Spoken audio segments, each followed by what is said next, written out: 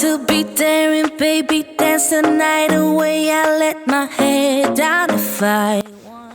Well, hello guys, welcome back to my channel. My name is Satini and thank you for stopping by. In today's video, I would like us to discuss taking care of your health as a healthcare assistant. A lot of times I hear people in the comment section, I want to be a healthcare assistant, I want to be a nurse assistant, or I want to be a nurse. And one thing that people don't talk about a lot is the health implications that working as a healthcare assistant has on your body. And I wanted us to have a little discussion. It's not going to be a heavy discussion. It's just going to be a light-hearted conversation on how you can take care of yourself once you become a healthcare assistant, if you're aspiring to one or to be one, or even if you are already working as a healthcare assistant and you just want information on how you can better take care of your health.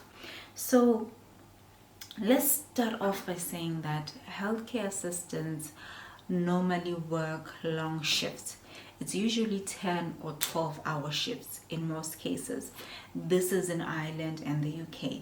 So usually people would work 3 days per week or 4 days a week. So in a 2-week roster, you would work around 7 days a week if you are full-time, and you would be pulling 10 to 12-hour shifts.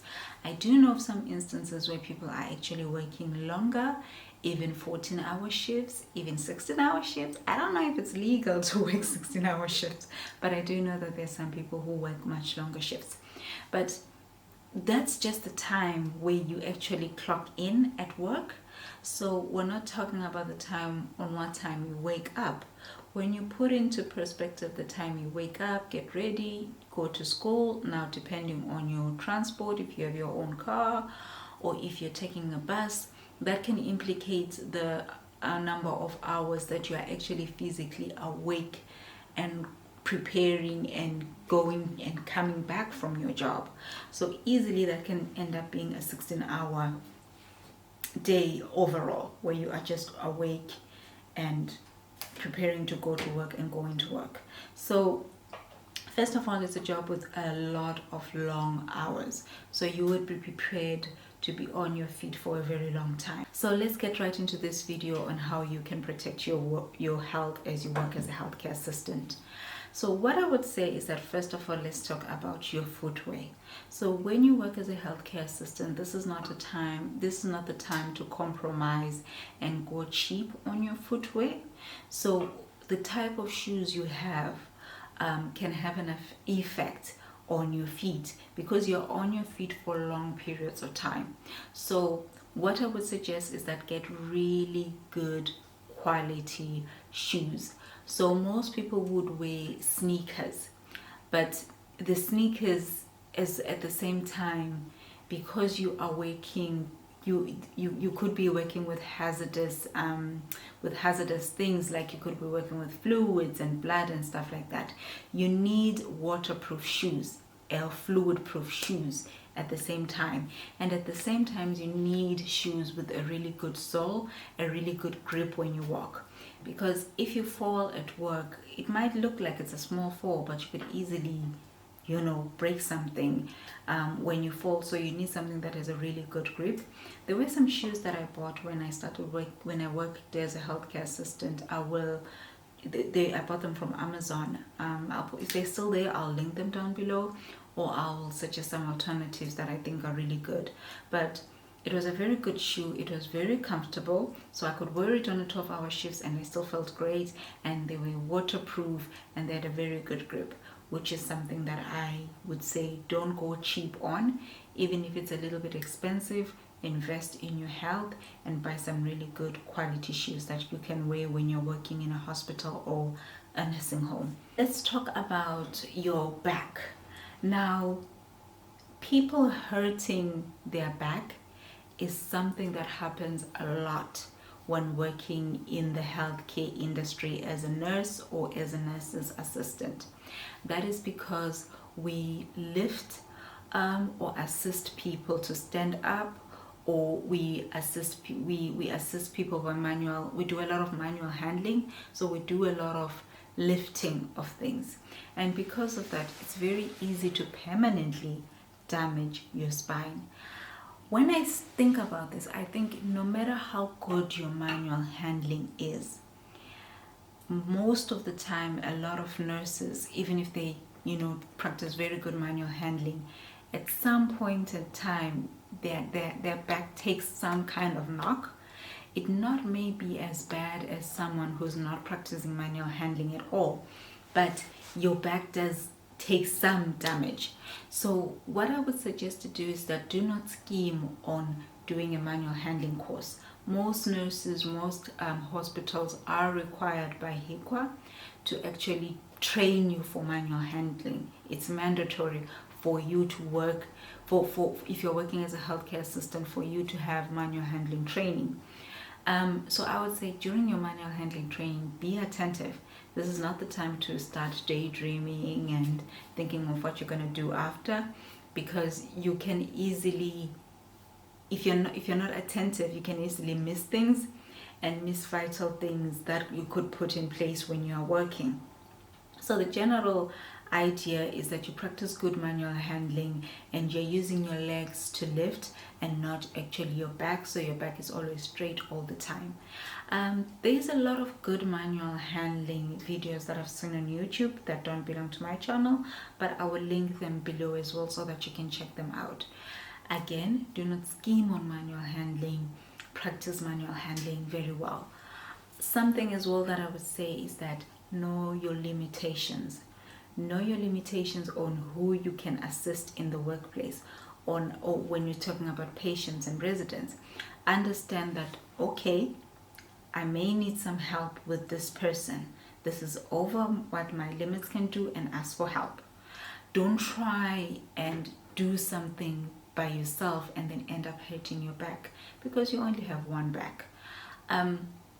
Follow the charts. When you go into a resident's or a patient's room, they will have a manual handling chart that tells you that, okay, is this person an assistance of one, or you need somebody else to assist you. If you find that a resident is starting, if they were assistants of one, but now they need more than one person, let your management know that, look, when this person is to become an assistant of two people instead of one now. So be attentive to that. A lot of times when you're working as a healthcare assistant, you are rushing against time because there's so much work that you need to do. And a lot of times what happens is that people end up just taking care of a resident who is an assistant of two people, and they end up assisting them alone because you're short-staffed and you're racing behind time. But even in such situations, I say wait. We would rather be behind schedule but do things properly. It's for your safety and it's for your resident safety, and it's also to cover your back, metaphorically speaking, that if something goes wrong but you followed all the manual handling rules and you followed the manual handling chart, you've basically covered your back, and the company can't turn around and say, well, it's your fault. So it is important that you put into practice manual handling.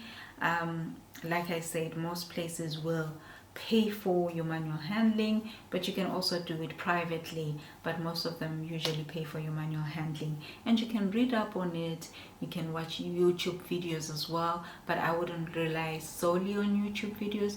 I would say that get the proper training and get the proper manual handling training, and this is a course that you do almost every year to refresh your memories, and you would be surprised that every time you go for a new sitting in the new year, that you're like, oh, okay, I'd actually forgotten about that, and you put it into place in your workplace. Even if you've done manual handling when you started in your new job, you've done manual handling, and 6 months later you realize that I don't think I know as much as I should know about manual handling. Don't be shy. Go to your management. That's what they're there for, and they will put you back into manual handling, and you can train for that again. Safety first. So what if you're practicing manual handling, you're doing all this, but you're starting to have problems with your back, or you haven't been practicing manual handling and you're now experiencing problems with your back, or even you're not experiencing any problems with your back. Something that I would suggest that you have on your phone is the number to a chiropractor, a really good chiropractor. I had a chiropractor that I used in Dublin, and he was an older gentleman, and this man did an amazing job of my back. I actually started to experience problems with my shoulder, and I would go to him frequently, in the first couple of sessions, and then after that I think I went to see him once a month. I think, if I'm not mistaken, I went to see him once a month or twice a month, but I think it was just once a month when I went to see him. But he would align everything back and do what chiropractors do.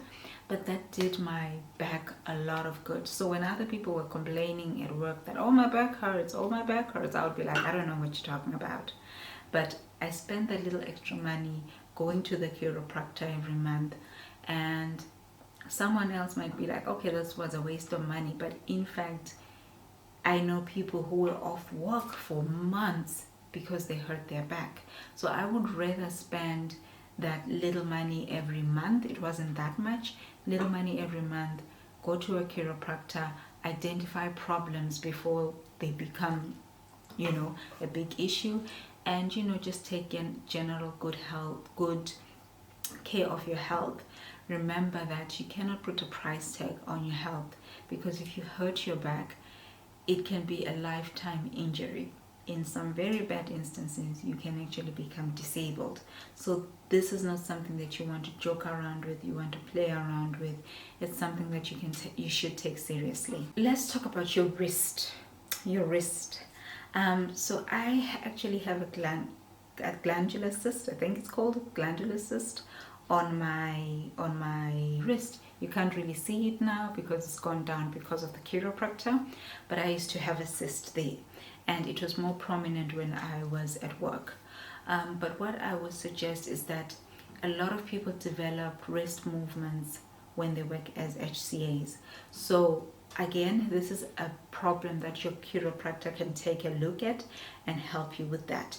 There's also exercises that chiropractors will teach you on how you can keep your wrist healthy, because you're doing a lot of repetitive movements as you work as an HCA, especially in the mornings when you're doing morning care. So you would be doing a lot of repetitive movements, and it's very easy to hurt your wrist. So again, I think there's a problem that a chiropractor can help solve. That's also a problem that you can avoid with good manual handling.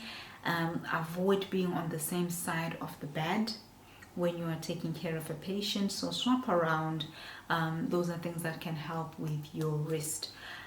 So a lot of people develop joint wrist problems when they're working as HCAs, so just keep an eye out for that. Any pain in your wrist or anything like that, see a chiropractor and they'll be able to assist you. They may even be able, like my chiropractor gave me tips on how I can take care of my wrist and my back and other things like that. When you're in HCA, you are on your feet a lot of the time. Like, you are on your feet for 12 hours at a time. And most people usually take this as a form of exercise. So they're like, I don't need any exercise, I'm walking around the day. But it's not the same. You still need to exercise outside of your workplace. Just walking around all the day is not enough. So take up swimming, for example. Even after work, if you can put in that 1 hour in the gym, that is proper exercise, or that 1 hour swimming in the gym. It's very good for your health. It's very good for your mental health and for your physical health. Just because you're on your feet and walking around all the time, that's just not enough. You do need to still exercise. So don't skip exercising just because you think, I'm on my feet all the time, I'm skinny enough, or I don't need to exercise. Everybody needs to exercise, irregardless of their weight, irregardless of their job. Let us talk about sleep. Golden sleep. I don't know about you, but I am useless if I didn't get a good night or good day's sleep. So when you work as an HCA, there is a possibility that you will work night shifts.